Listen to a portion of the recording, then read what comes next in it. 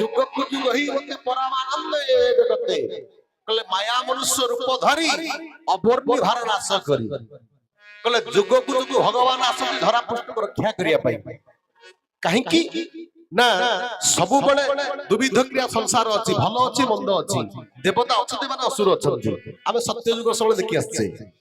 ସେଥିପ୍ରତି ଆମ ଭିତରେ ଭଲ ଅଛନ୍ତି ମନ୍ଦ ଅଛି, ମନ୍ଦ ଯୋଉ ଆମ ଭିତରେ ପଞ୍ଚ ଇନ୍ଦ୍ରିୟ ମନ 25 ପ୍ରକୃତି ଆମ ଭିତରେ ବିଭିନ୍ନ ପ୍ରକାର କଣ କରିଥାଏ କ୍ରିୟା ସୃଷ୍ଟି କରିଥାଏ।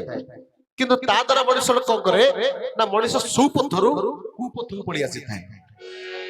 ଭଗବାନ ସେଇ ଜୀବକୁ ପରମାତ୍ମା ହିସାବରେ ତାକୁ ଜ୍ଞାନ ଦେବା ପାଇଁ ତା ବିବେକ ଦେବା ପାଇଁ ତାକୁ ଠିକ ବାଟକୁ ପୁଣି ନେଇଯିବା ପାଇଁ ଧରା ପୃଷ୍ଠକୁ ଆସନ୍ତି। ଯେମିତିକି ଆପଣ ଭାବନ୍ତୁ ଯେ କି ରାବଣ ହନ୍ତୁ ବା କୁମ୍ଭକର୍ଣ୍ଣ ହନ୍ତୁ ବା ସେଠି ରାମଚନ୍ଦ୍ର ହନ୍ତୁ, ସେଠି କଂସ ହନ୍ତୁ, ସେଠି ଭଗବାନ କୃଷ୍ଣ ହନ୍ତୁ, ଧର୍ମଯାଜକ ମାନେ ଯୋଉମାନେ ଆସିଛନ୍ତି କଣ ପାଇଁ ନା ଶିକ୍ଷା ଦେବା ପାଇଁ, ତାକୁ ପରିବର୍ତ୍ତନ କରିବା, ଅଚେତନକୁ ଚେତନକୁ ଆଣିବା ପାଇଁ।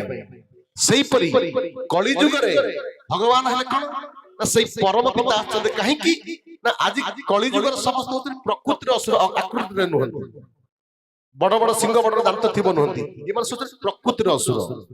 କିନ୍ତୁ ଏ ପ୍ରକୃତି ଅସୁରକୁ ଆପେ କୋଦଣ୍ଡ ଧନୁ ଆବଶ୍ୟକ ନାହିଁ କି ସୁଦର୍ଶନ ଚକ୍ର ଦ୍ୱାରା କରିବ, ତାକୁ ଜ୍ଞାନର ଅସ୍ତ୍ର ଦ୍ୱାରା ହେଇପାରିବ।